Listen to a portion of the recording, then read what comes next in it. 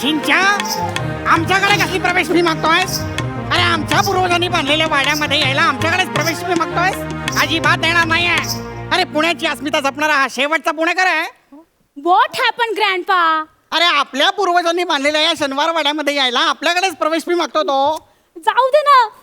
Wow grandpa, what a lovely place. मग? I like it. Grandpa, one selfie. हा. Makeup out ना. नाही मी वैचारिक मुद्रा करणार. Okay. You so sweet grandpa. Grandpa, का हे खरंच आपल्या पूर्वजांनी बांधलंय? मग म्हणजे काय? पण इकडे नुसतं भिंती का बांधून ठेवल्यात? 2 रूम्स तरी बांधायच्या की. अगं छबूकडे 2 खोल्यांचं काय घेऊन बसलीस? इथे 7 मजली महाल होता, महाल. 7 फ्लोअर्स? होय. आणि त्याच्या पुढे अशी 1000 कारंजी होती जी Thuy Thuy Thuy Thuy Thuy नाचायची. अगं आपल्या या इतिहासामध्ये शनिवार वाड्याला केवढे अनन्यसाधारण महत्व आहे तुला माहिती आहे? मग तुला सांगतो छबूकडे, या वाड्यातल्या प्रत्येक दगडाला पेशव्यांचा परिसर स्पर्शच लाभला आहे असेच वाटते मग. वाव. अगं पुणेरी संस्कृतीचा मानबिंदू आहे आपला शनिवार वाडा. आणि या वास्तूचा सुवर्ण इतिहास तुझं कळावा म्हणून तर तुला इथे घेऊन आलो आहे. आपण इथे कुठे आहे वाडा? वाडा नसला तरी इथे वाडा होता आणि तो पाहायचा. ही जी काही तटबंदी दिसते ती काही उरलेल्या दगडातनं बांधलेली नाही आहे. आणि बाहेर जो काही नक्षीकाम केलेला दरवाजा दिसतोय तो पेशव्यांना वेळ जात नव्हता म्हणून स्वतःच्या हाताने कोरीत बसले नव्हते ते. ओ ग्रँडपा, तिकडे त्या दरवाजावर असे आयनचे मोठे मोठे एरोज का करून ठेवले तो? अगं हत्तीच्या बळाने जर का दरवाजा उघडण्याचा यत्न केला तर हत्तीच्या गंडस्थळावरती प्रहार होऊन तो जखमी व्हावा म्हणून. व्हॉट इज दिस गडस्थळ? गडस्थळ नव्हे ग, गंडस्थळ. गंडस्थळ कुठं असतं पण ते? कपाळात. What? कपाळावर. हा. म्हणजे कसे आहे, हत्तीचे जे विशाल कपाळ असते की नाही त्यास गंडस्थळ असे म्हणतात. ओके. आणि मानवी देहामध्ये नाकाच्या वर आणि केसांच्या खाली 4 बोटांची जी जागा असते त्यास कपाळ असे म्हणतात. आणि तेच वाढले तर त्याला टक्कल असे म्हणतात. ग्रँडपा, मला एक गोष्ट सांगा. काय? तिकडे ऑलरेडी त्यांनी असा मोठा असा बिग दरवाजा करून ठेवलाय ना. हो, महाद्वार. आणखीन एक असा स्मॉल दरवाजा का केला हो त्यांनी? अगं बछडे, त्यास दिंडी दरवाजा असे म्हणतात. अच्छा अच्छा अच्छा. म्हणजे गांधीजी इथे आले होते. गांधीजींचा आणि पेशव्यांचा काय संबंध इथे? मी वाचलंय बुक मध्ये. काय वाचलंय? गांधीजींनी दिंडी यात्रा काढली होती ना. अगं छबूकडे, गांधीजींनी ती अशी दिंडी यात्रा नव्हती काढलेली, मग? त्यांनी ती अशी दांडी यात्रा काढली होती. ओके. दांडी. दांडी आणि दिंडी याच्यामध्ये फरक आहे. हा. त्या व्याकरणामध्ये काना, मात्रा, वेलांटी, उकार, रफार ही जी काही चिन्ह दिली आहेत ना ती चित्रकलेसाठी नव्हे दिलेली. वाक्यरचना करताना त्याचा उपयोग करायचा असतो अधेमध्ये. मग दिंडी दरवाजा म्हणतात त्या. Yes, त्यातून अनेक माणसं आत बाहेर ये जा करीत असतात. पण मग त्या मोठ्या दरवाजामधनं का नाही आत बाहेर करत माणसं? अगं त्याच्यातून हत्ती घोडे बाहेर आत ये करत असतात ना. हा. पेशव्यांच्या हत्तीसाठी तो दरवाजा उघडला जातो. म्हणजे पेशव्यांचे हत्ती इथे राहायचे. मग पेशवे कुठे राहायचे? हत्तीवर. What? असे अंबारीत मुटकुळ करून राहायचं शरीराचं. मग तेच सांगतोय तुला, हत्तीवर कसे राहतील ते. पेशवे हत्तीवरून इथे यायचे, उतरायचे आणि सरळ राजा दरबारात निघून जायचे. Okay okay. म्हणजे वॅले पार्किंग. पेशव्यांच्या काळात व्हॅले पार्किंग होतं का? नव्हतं. मग अगं समस्त पुणेच त्यांचे. त्यांनी कुठेही हत्ती लावला असताना पार्किंगला. असं कसं कुठे हत्ती लावतील पार्किंगला? का नाही लावणार? आरटीओ वाले त्यांचा टो करून तो हत्ती घेऊन गेले असते की. अगं बाळा, त्या काळात कुठले आले आरटीओ? नव्हतं का? कसे असेल? आणि तुझ्या लघुत्तम बुद्धीप्रमाणे जर का जरी आरटीओ असते तर ते हत्तीला टो करून कसे घेऊन गेले असते? हत्तीला टो करताना जर का हत्तीने त्याच्या टो खाली त्यांना चिरडले तर. You are right. You are right. Yes. अगं हत्ती आणि घोड्यांचा फक्त वाहनासारखा ते वापर करायचे. अच्छा, कळले कळले कळले. खरं तर आहे ना, तुला ना इतिहासच कळलेला नाहीये.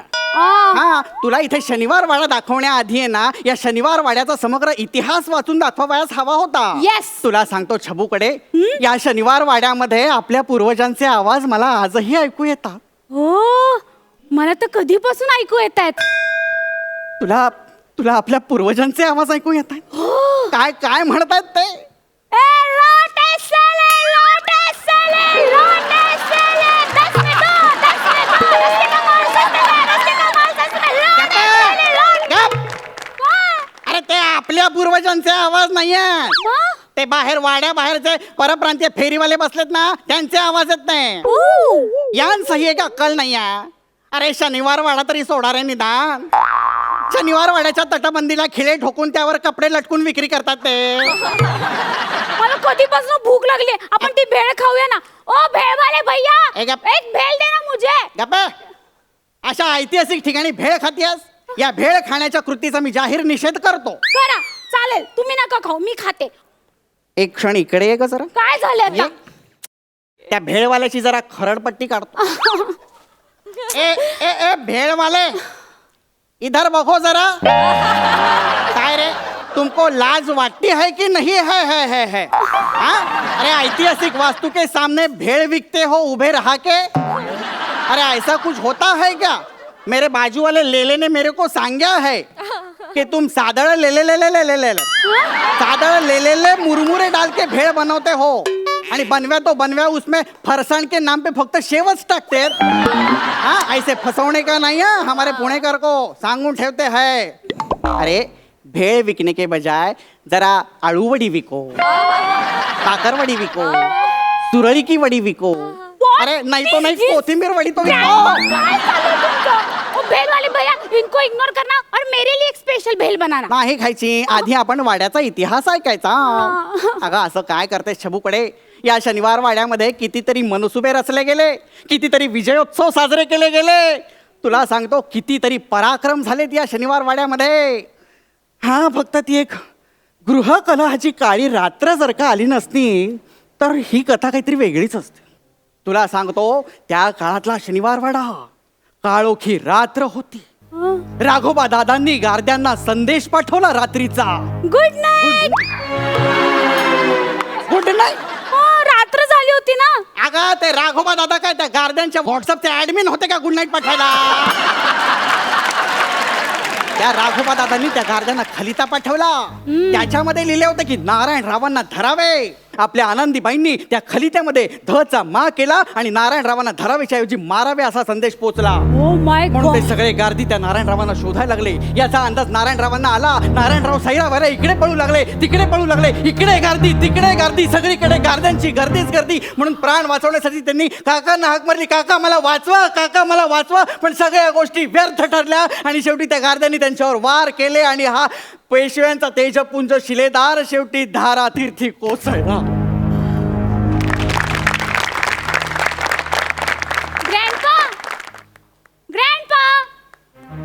ग्रँडपा गेले वाटतं.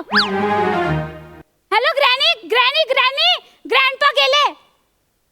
काय घरी हापूस आंब्यांचा रस केलास? आंब्यांचा रस? त्याला वाट्या भरायला सांगा म्हणावं त्यांना. अहो पण तुम्ही तर गेला होता ना. गेलो नव्हतो, तुझी इतिहासातली रुची ऐकली आणि भोवळ येऊन पडलो होतो. मला सांगा ना इतिहास. अगं हे रया गेलेले वाडे, हे गड किल्ले यांच्या पराक्रमाची तुम्ही कल्पनाही करू शकत नाही. फार फार तर तुम्ही काय करू शकता, या वाड्यांचे रिसॉर्ट्स कसे होतील, यांची हॉटेल्स कसे होतील हाच विचार करणार तुम्ही. मग ही संस्कृती कोण जपणार? हा, हे गड किल्ले यांचं जतन कोण करणार? अगं हे आपल्याला बनवता येऊ शकत नाही, पण निदान आपण त्याचं जतन तरी करू शकतो. आपल्या पूर्वजांनी हा ठेवा आपल्यापर्यंत पोचवला.